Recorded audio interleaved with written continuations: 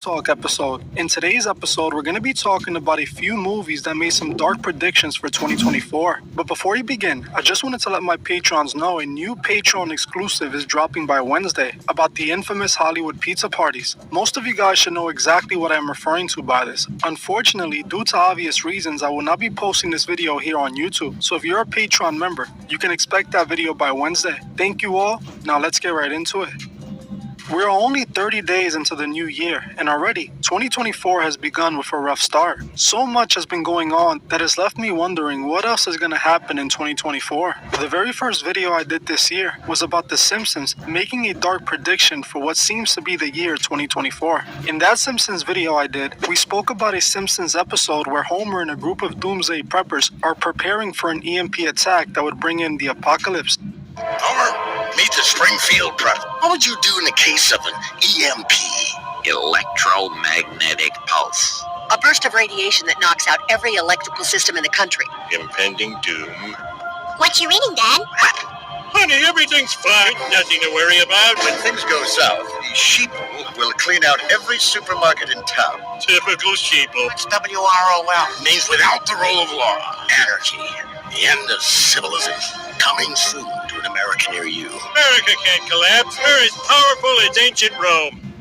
This all seemed rather concerning to me, especially after I saw it was being reported by the news that in 2024 we might be experiencing an EMP scenario, as it is expected solar storms would hit the planet due to a hole that was found in the sun. In the Simpsons episode, they showed Homer and his family going into underground bunkers for safety while the world panicked. Strangely, this is just like the billionaires are starting to do now. I know you guys have been seeing all of the billionaires building themselves fully sustainable doomsday bunkers all of a sudden. Some people might think they're doing it for safety, but why build an underground bunker when you can build a safe room for much less? There has to be a reason they're all choosing to go underground now. Many people believe the Simpsons are some kind of TV fortune tellers who see the future and make an episode out of it for their series. The truth is, the Simpsons writers can't see the future. What they are doing is using predictive programming and foreshadowing to pre-program people's reaction to what the elite have planned. In that Simpsons video, I revealed clear evidence that would suggest the creators of the Simpsons were Freemasons, and their so-called predictions were just what the Masons had planned for our future. If you haven't seen my Simpsons episode yet, make sure you check it out after this one. After doing the research for that Simpsons episode, it had me thinking if there were any other times that Hollywood quote-unquote predicted what might happen in 2024.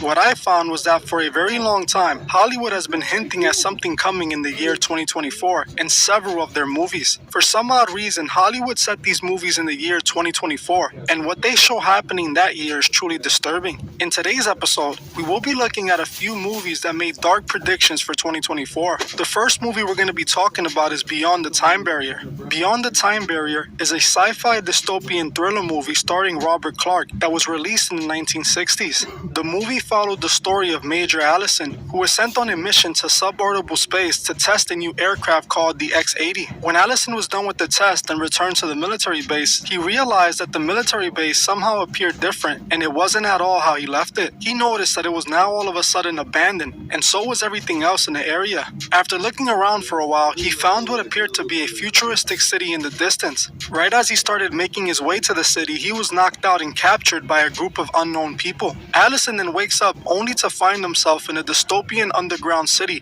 which they call the Citadel. Allison is trying to get answers from those who captured him, but they all seem to ignore his questions. These unknown men then escort Allison to their leader, who they call the Supreme. After meeting the Supreme, Allison is sent to a prison where the Supreme keeps all of his enemies. While Allison is in prison, he is attacked by some of the prisoners who appear to be mutants. After fending them off, he is told by one of the mutants that he is no longer in the 60s, but in the year 2024. Allison then learns that when he got into the aircraft, he somehow traveled through time and ended up in the year 2024. He also finds out that the reason everyone is living underground is due to what they called a cosmic plague. This cosmic plague they were referring to was a military nuclear weapon test that went bad and ended civilization as we know it. When the disaster happened, some people were able to escape to an underground bunker city they had built, but they were still affected by the radiation. The nuclear fallout caused the survivors to become deaf and mute, and they also became infertile, which stopped population growth. Those who didn't make it to the underground bunker became mutants due to the radiation. Now in the year 2024, everyone is living in this underground city that is controlled by the Supreme. This movie, while very old, was still very interesting and creepy. The theme and concept seems so relevant in today's world, almost like they knew what we might be facing in 2024. If we take a look around at our world today, a scenario like this seems like something we might be heading towards. All the conflicts around the world we're currently seeing at this moment do seem like it can lead to some global conflict or disaster. I found this so interesting that all the way in the 1960s, the creators of this movie chose 2024 out of all the years to set their movie in. It's almost like they saw into the future and knew what was going on in our world today. How accurate does this movie seem to be set in the year 2024, and it's about the doomsday in underground bunkers? The fact that they claim their civilization ended because of nuclear weapons, and also it being shown that the people who were able to survive were the ones that hid in an underground bunker. All of this is mind-blowing to me. We have been noticing so many billionaires and now even celebrities talking about building underground bunkers and being prepared for what's coming. Is it really a coincidence that this movie just so happened to pick 2024 as the year this all happens randomly? Well, I don't think so. This movie is just like the Simpsons episode. It was created for predictive programming and foreshadowing. Throughout the movie, we can spot Masonic imagery with pyramids literally being in the background for most of the movie. They chose 2024 for a reason, as they seem to have something planned for this year. The next movie we're going to be talking about is The Book of Eli. The Book of Eli is a post-apocalyptic action movie starring Denzel Washington that was released back in 2010. The movie takes place 30 years after a nuclear apocalypse and follows the story of Eli. Eli is tasked by God to deliver the last remaining copy of the Bible to a book printing press to make copies. While on his journey to deliver the Bible, he makes a detour to try and find water and ends up in a town that is being controlled by a warlord and his gang. This warlord is searching for a copy of the Bible, as all the Bibles were burned up after the war because people believe religion was what caused the war. The warlord wanted the Bible to be able to control people by using the only Bible that's left. If he had the word of God, he can make it whatever he wanted. The warlord quickly finds out that Eli had the last remaining Bible and orders his gang to strip the book from Eli.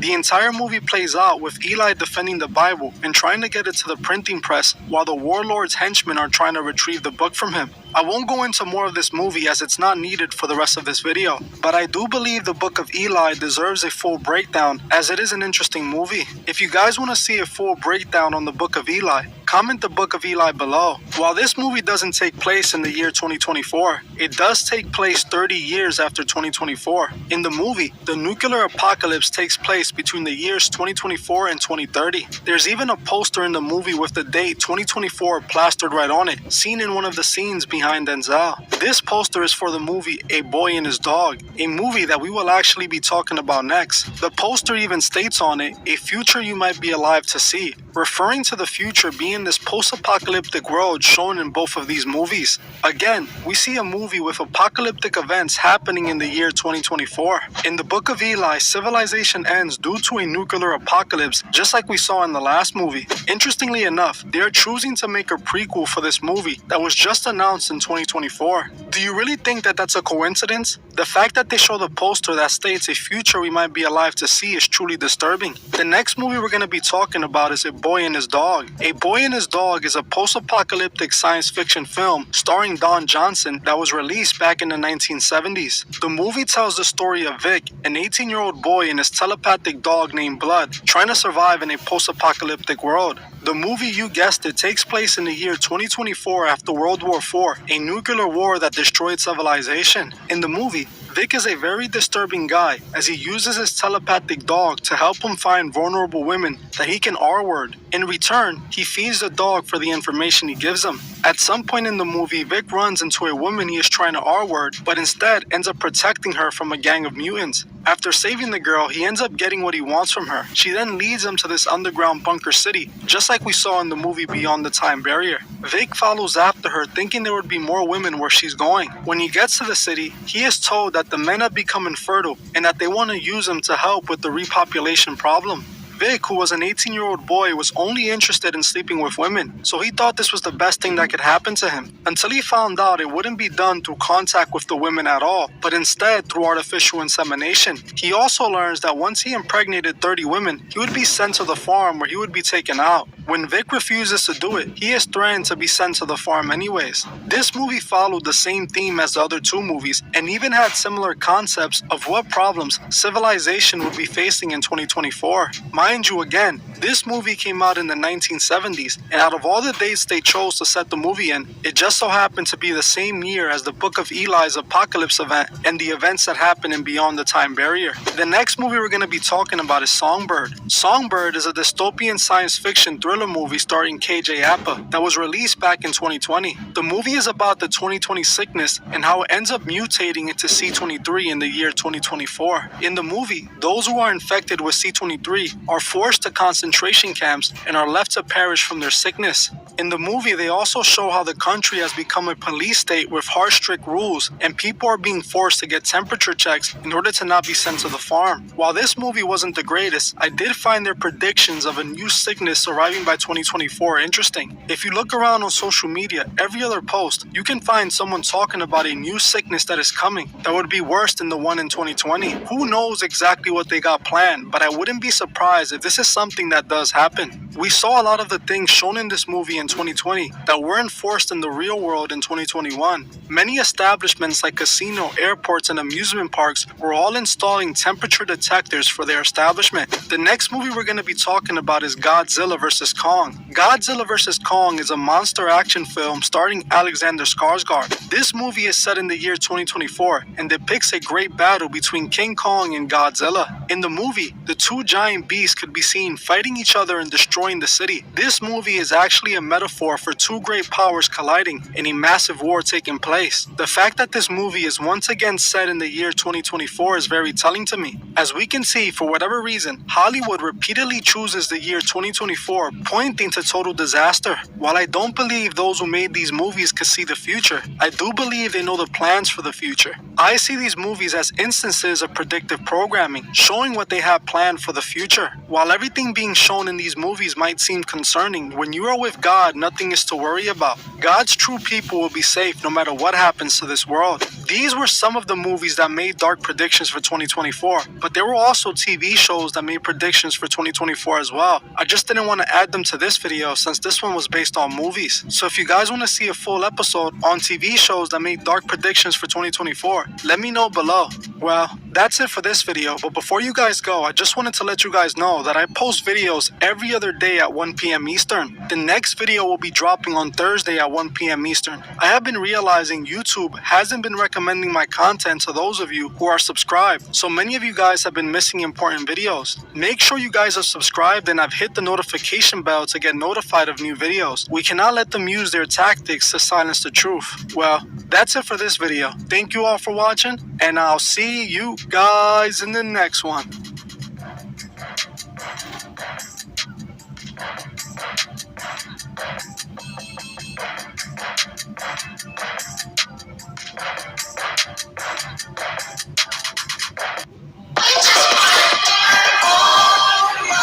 Every week, ESPN Plus brings you magic. Money in your mouth provides a bit of magic. Streaming every La Liga Es increíble estar aquí. and Bundesliga match. From NWSL to the FA Cup. World-class soccer all in one place. ESPN Plus. For the love of soccer.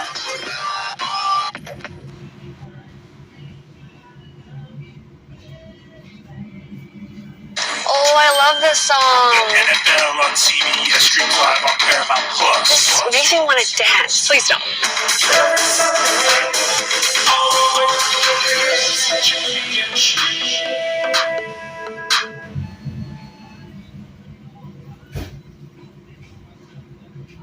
Hey guys, welcome back to another episode of Viewer Builds. Today we're going to have Tropius, and the winner was Big Daddy 42069. And yes, you did hear that right. But don't worry, after all, you didn't have to say it. It was a Tropius with the Grass-type Terror and the held item Citrus Berry. Max EVs in special attack and HP. Modest nature, max IVs in everything except for attack. The ability was Harvest. It's got a 100% chance to basically, like when we use our berry, it will come back. If the sun's up, 100% chance. If it's not, 50% chance. And we also have Solar Beam, Growth, and Giga Drain to complement the sun. So let's get into our first raid. I'm just going to do 3 raids and then rate it at the end out of 10. First one is going to be a 6-star rock type Poliwrath. This is a decent one for us. I didn't realise the camera went on, but it's on now, so it's okay. Let's begin, see if we can take him. We're going to use Sunny Day here. We do dodge a Focus Blast, that's nice. We're taking no damage from Focus Blast. It was a crit as well. We're just going to use Solar Beam. Haze is going to make this raid very annoying, so there's no point in setting up. Oh, it's using Rain Dance. I do not appreciate the Rain Dance, so we are going to use a Sunny Day again. A bit more damage. I think we'll be okay as long as we just keep this up. Now that we can Terrestrialize, we'll do a bit more damage. Let's see how much damage we're doing now that we're Terrestrialized. Okay, a decent amount. Oh, he gets a crit on us and drops our special defense. Eat the Citrus Berry. He nullified us for a turn though, so does that come back to us? Nullifies us and then crits us to this guy. Oh, it's going to be close this actually. Oh, we put the Sunny Day back up. I don't think we do this raid. I'm going to risk using a Grow. Find out if he used Haze on anyone with how much damage this does. So it looks like he did use Haze on someone. That Citrus Berry refresh is so fun. I wish Solar Beam's animation wasn't so long. We are now getting hit with Brick Breaks because he used their bulk up. We might still be okay though. Infinite Citrus Berry, I love it. We're going to use Giga Drain this time just to break the shield and get some health back. So we need to set up Sunny Day. That just makes it so that AI can attack for a turn where the shield's not up. Okay, we are beating the timer at the very end of the raid, so that's a good sign. He uses bulk up again. Because of the animation of Solar Beam, I don't think we get 2 Solar Beams away here, so I'm going to use a Giga Drain and then a Solar Beam. There we go, we got that in the end. It was close, but we know how annoying Poliwrath is. So a decent enough first raid, but we can't really tell yet just because of the Poliwrath doing Poliwrath things, so let's move on to the second raid. Well, another annoying Pokemon, we have a Quagsire. It's going to be a 6-star water type, let's just get straight into it. So this thing's going to ignore any stat changes we have, so there's no point in using Grow. If you do have an Bolivar, that's amazing, that'll help us out a lot here. I guess we're just going to Sunny Day and then use a Solar Beam. Oh, it's got Yawn, I forgot about that. This is going to be even more annoying. So we're going to need to heal up here. Wow, it's just used 3 Yawns in a row. It just yawns us even though we was technically asleep when he attacked. This is going to be so painful.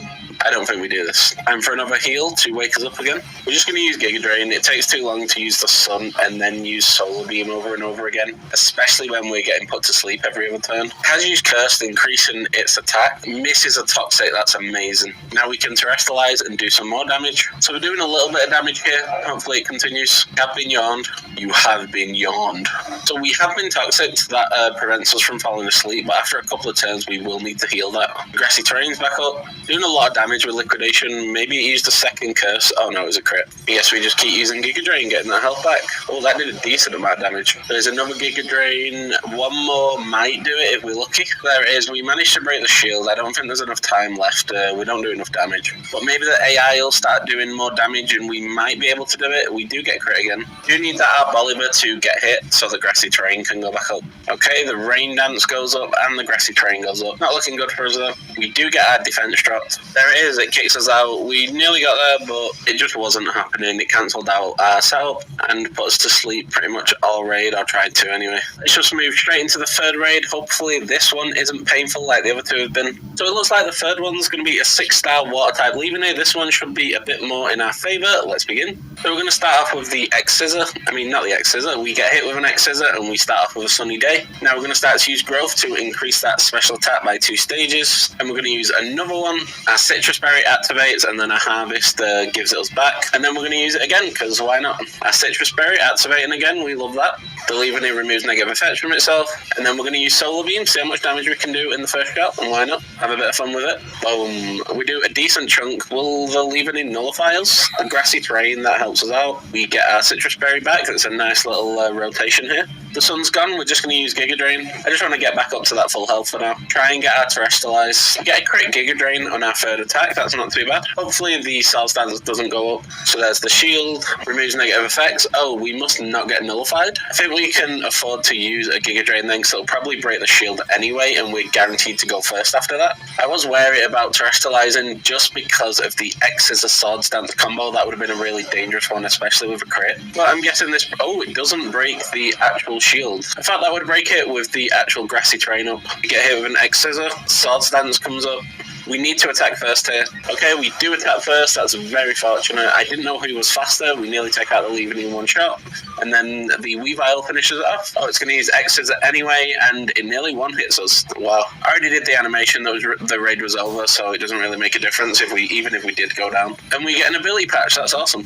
So I do think this is a good build, and I don't think we've got a Tropius build on the actual channel yet, so it was fun to use. It was very unfortunate that we got put against Poliwrath and who was the other one? And Quagsire, because those are two really rough raids that you get put against. But apart from that, I think it's a really solid build. So I'm going to give this one a 7.5 out of 10. Really enjoyed building it. Nice little sun combination. We love the sun combination builds. If you want to put any builds for the next viewer builds, then the Discord link will be in the description. It's the viewer build channel. Looking forward to seeing some more builds from you guys. Smash the like button if you've enjoyed this video. Just go a long way. Subscribe and turn on the notification bell so you don't miss any more builds.